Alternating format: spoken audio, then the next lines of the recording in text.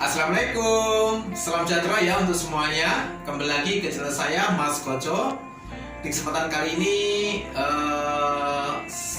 saya sapa nih teman-teman seantero Jagat Raya, seantero Indonesia. Dari Pulau Sumatera ya, dari Medan, Palembang, Jakarta, Tangerang, Bogor, dari Semarang, Jogja, Surabaya, Denpasar, Lombok, Pontianak, Samarinda, Makassar, Palu, terakhir Manado. Saya doakan semuanya dalam lindungan Tuhan Yang Maha Esa. Amin, amin, amin. Bosku, di kesempatan kali ini ya, saya mau sharing nih masukan dari rekan saya namanya Pak Kolil ya. Beliau partner saya, best friend saya.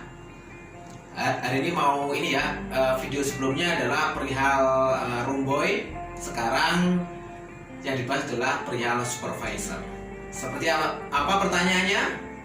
Langsung guys, silakan. Hal apa yang dilakukan sebagai seorang supervisor agar program pekerjaan staf berjalan baik? Oke, hal apa sih yang dilakukan kalau kita sebagai seorang supervisor agar program pekerjaannya ini ya?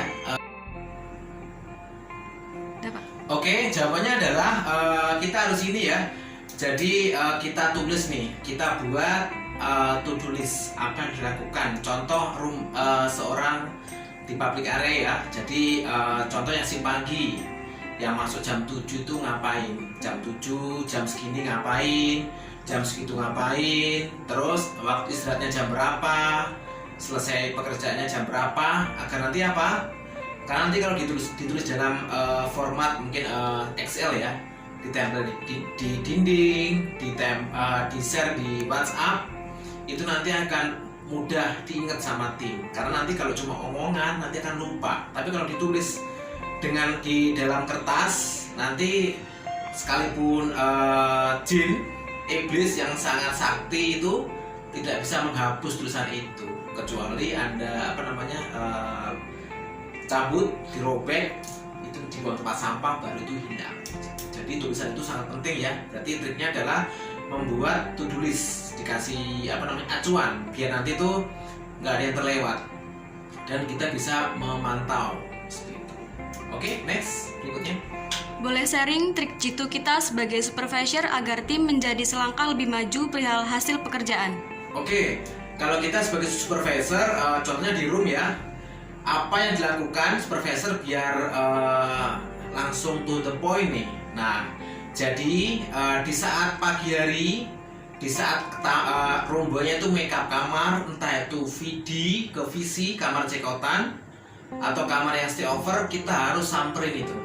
Disamperin, pas dia selesai pekerjaan kamar, kita cek sama-sama, cek bareng nih. Entah itu hasil pekerjaan yang kamar stay over ya, kamar tamu yang dihuni atau kamar yang ready for to sale. Kita cek bersama apa kelebihan dan kekurangan. Kalau kita bilang kalau emang sudah bersih, kita katakan, bro, kamu good bro, kamu di area ini kamu oke. Kita cek. Terus apa? Kita juga share juga kekurangan. Kamu kekurangannya ini ya. Contoh masih ada debu, kurang rapi, making bednya, atau mungkin dalam pengerjaan kamarnya itu masih ada tertinggal sisa kotoran. Jadi di saat pagi hari sebelum minimal lah dapat satu kamar, entah itu cekotan atau stay over, dikasih tahu, ini loh style saya seperti ini ya, SOP menurut perusahaan. Kalau kamar yang stay over sama kamar cekotan, agar nanti apa? Kalau di pagi hari masih fresh, jadi nanti kedepannya tuh kamar berikutnya nanti akan seperti sama. Itu nanti sampai sore. Tapi apa yang terjadi kalau kita roomboynya udah dapat 10 kamar, udah siang atau mungkin mau sore baru kita inspect, apa yang terjadi? Ya kalau roomboynya suruh balik karena kotor ya, sorry ya, agak males nanti. Tapi kalau kita jauh-jauh waktu early di saat pagi hari udah mengomplain mengasih masukan perihal kamar cekotannya, hasil kamar cekotan atau hasil kamar osteovernya, nanti akan enak nanti karena udah dikasih contoh nih acuan untuk kedepannya seperti ini kamarnya. Itu. Oke, next.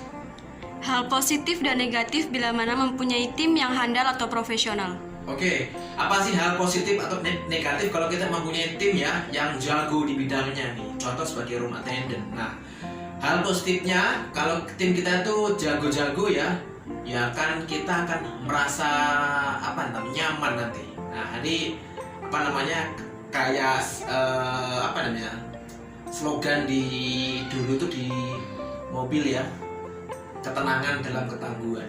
Wah, jadi kalau semuanya canggih, apapun kamarnya back to back, ada VIP, itu kita tenang karena tim kita tahu nih apa yang kita mau, style kita, standarnya dari hotel tersebut, seperti itu.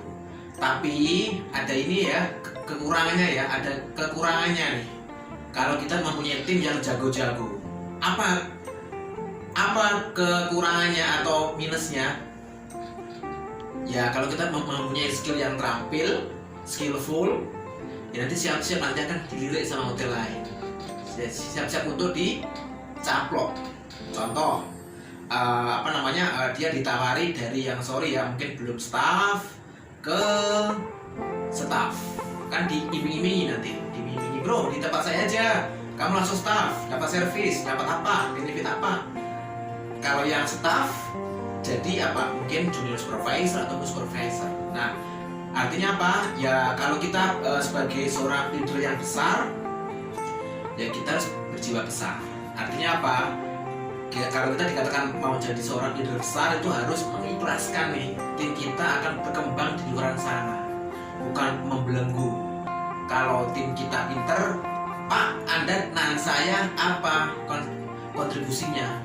Kita nggak bisa ngomong nanti. Tapi kalau di luar sana dikasih yang lebih bagus, ya kita bangga nih. Oh, tim saya, rekan saya di sana lebih bagus, atau mungkin bisa saingan posisinya seperti itu.